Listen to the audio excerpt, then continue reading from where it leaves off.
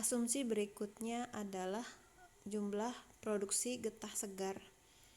Di sini diasumsikan sebesar 2 ton per hektar per tahun. Jadi, kita juga harus mempunyai data-data yang valid dan ilmiah mengenai berapa kira-kira produksi getah segar yang dihasilkan. Tadi setelah diasumsikan 1.600 pohon, berarti 2 ton ini dihasilkan dari 1.600 pohon. Oleh karena itu, angka ini harus sesuai dengan data-data ilmiah dan dapat dipertanggungjawabkan. Kemudian, produksi buah sisa sadap itu sebesar 160 ton per hektar per tahun. Apa itu buah sisa sadap? Nah, getah pepaya itu diambil pada saat buah masih muda. Nah, ketika melukai buah itu tidak sampai membuat buah tersebut rusak atau busuk seperti itu, sehingga masih ada buah sisa dari proses penyadapan yang masih bisa dihitung dan nanti akan menjadi pemasukan atau penerimaan bagi perusahaan.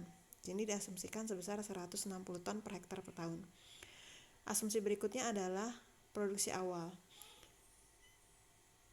Untuk usaha ini, perusahaan menanam sendiri pohon pepayanya, jadi mulai bibit. Oleh karena itu, untuk menghasilkan buah yang siap sadap tentu saja membutuhkan waktu. Di sini diasumsikan pohon pepaya itu bisa berproduksi pada bulan ke-9.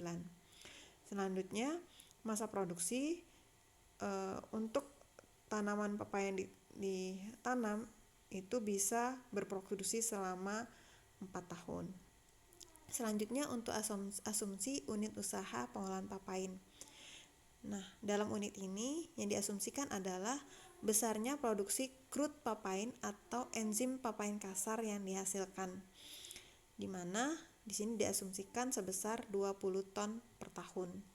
Jadi, dari 50 hektar lahan yang ditanam oleh pohon, di mana pohon yang 1.600 pohon per hektar, maka diasumsikan bisa menghasilkan sebanyak 20 ton per tahun.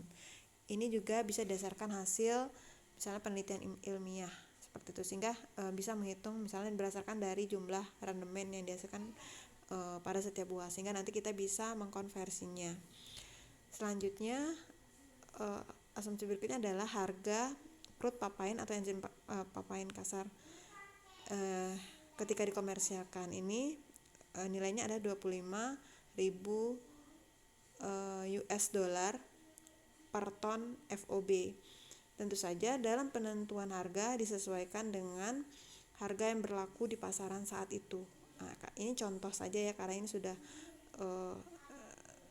beberapa puluh tahun yang lalu diasumsikan seperti ini. Jadi ketika kita nanti mau membuat analisis juga harus disesuaikan dengan harga yang berlaku saat itu. Begitu juga dengan kurs, ketika kita membuat satuan dari harga perhitungan kita dalam dolar, oleh karena itu kita harus membuat kurs dolar yang berlaku saat ini. Misalkan pada saat itu adalah sebesar 9.500 rupiah per US dollar.